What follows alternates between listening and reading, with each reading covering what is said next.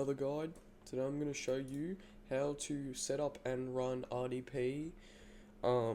This is mainly for people who play bswarm because it'll allow you to macro 2 accounts at once, or even macro while doing something else, because normally you have to keep the screen open.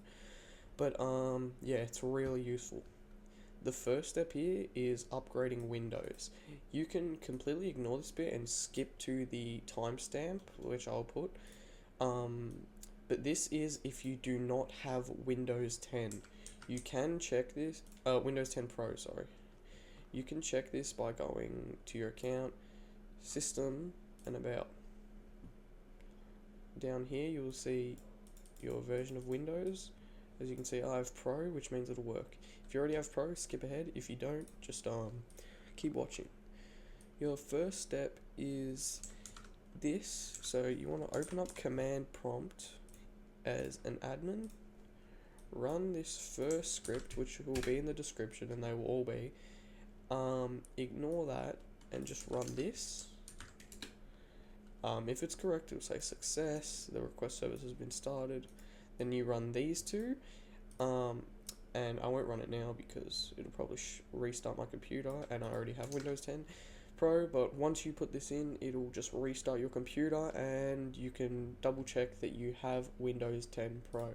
Once you're back from that, once your computer is restarted and you've made sure that you have Windows 10 Pro, you will notice that it might not come up straight away, but like right down here in this corner, you'll have a thing that says activate Windows, or it means you have no license key. But this is what you want to do. I'll show you how to run it in how to activate Windows in a free way. I don't encourage this, but I used it. You click Windows and R and you search PowerShell. Before you hit enter, you want to go Control Shift Enter, and this will bring it up saying allow to make changes, and just click yes. Now you'll be in this, and then you want to enter this. Give it a second and everything will boot up. This will come up. This will come up. You just got to give it 1 minute. Here it is. I'm not going to do it again, but you want to do HWID. This will just permanently do your Windows. You do this, I'm not sure if it restarts, but it will activate your Windows. And if it doesn't, you can try again, or it may say an error, but it will work. Next, we get into actually creating RDP. So first way to do this is to going into computer management and going to users, local users and groups, and first into users. This is where you will make the account to run the RDP off. So as you can see here, I've already made mine, but you just want to go new user, username. Let's just do test, do password. I would recommend something really easy, or else the RDP is going to get confused. I would just do something like ABC123. Type that again. Untick this. You do not want this, and you want password never expires. Once this is created, it'll come up here, and that's how you know you've done it successfully. Then you want to hop on over to your groups and look for remote desktop users. You want to double click on that, click add, and just enter here the username that you put in. So mine was test, put in test, and now it's here. I'll remove that for now, but that's how you do that. Then you want to hop over to services, and you want to scroll down and find here remote desktop services. You want to right click this and just click stop. Stop that. That'll take a little bit, and then done. Then you want to check if your RDP is on the right port. You can do this by going into your Windows and searching remote desktop settings. This will come up, and make sure this is on.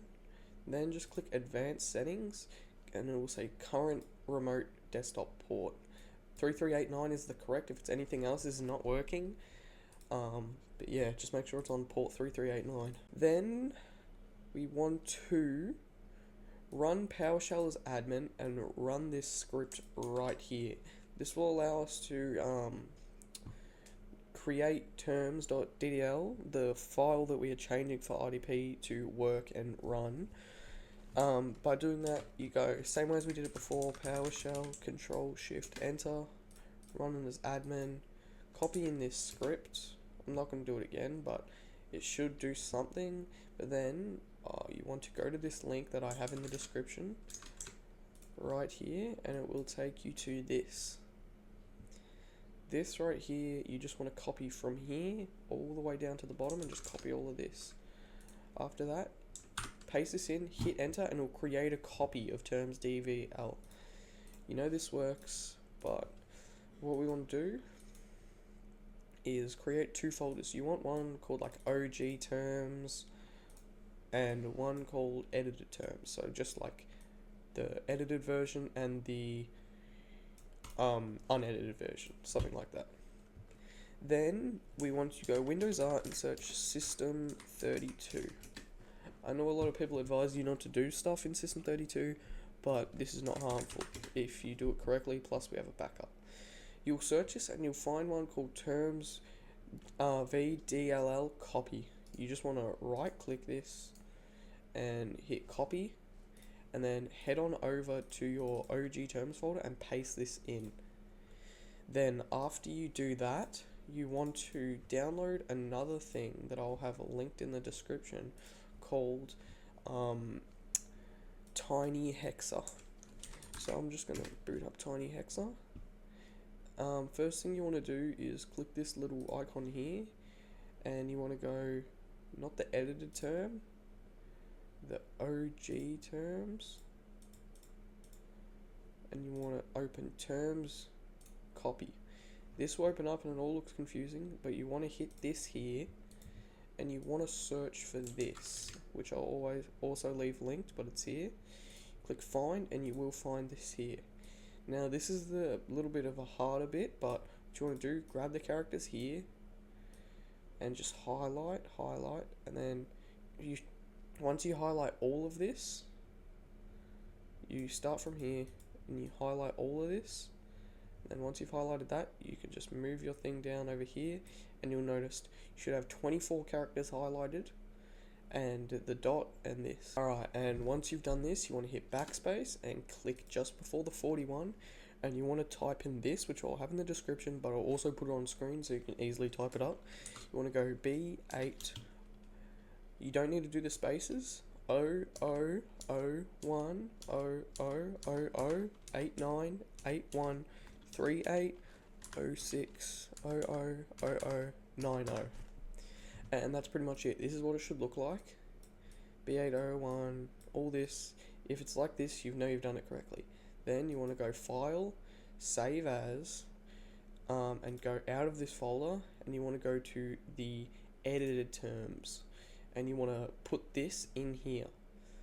This is your new file. Something that we need to do to allow us to access the System32 is run command prompt as admin, like this, and copy in this script, which will also be in the description. This will allow us, if you do it correctly, it should say success, and then you want to do this again. This is Grant Administrator. It may be different for your language. Just check what administrator is in your language and just swap it out for whatever it is. This, it says this because I already changed it, but it'll say success for you, just like this one. And once you do that, once you do that, that's correct. You want to go back into services and go back down. We need to find RDP, the same one we found last time, this. We need to stop it again. Then we want to go into our folder where we put our edited DLL, just right click it, copy it, head back over to System32 and just hit Control V, and you just want to click replace file in destination, and bang, that's the that bit done. Next, I'll leave the link to this, but we're going to run RDP.exe. It's RDP plus, but I'll leave the link to this, and I already have it installed. But this is pretty much what it's going to look like. You want to use profile, but to do this, you want to click Manage Profiles, add profile name, I'd make it the same name as you made in your computer management for your new user. There's no spaces, and I wouldn't put the word macro in because for some reason that breaks it. But yeah, pretty much I'm gonna just do the same. I made it test, username was test.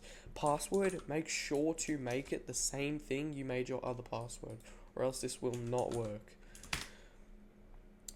Click OK, click close, and then you have that profile on. Then next thing, before you connect, you want to go down to manage favorites. I already have a favorite here, and I will link this, but pretty much what you want to do here is have this file here.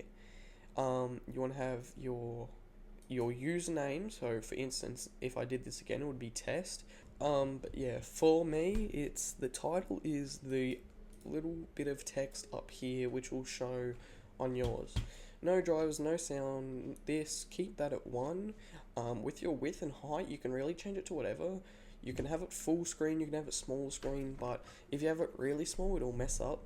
So yeah, but once you've done that, it will look like this. Make your title whatever, and then you paste this in command line parameters, which will be in the description.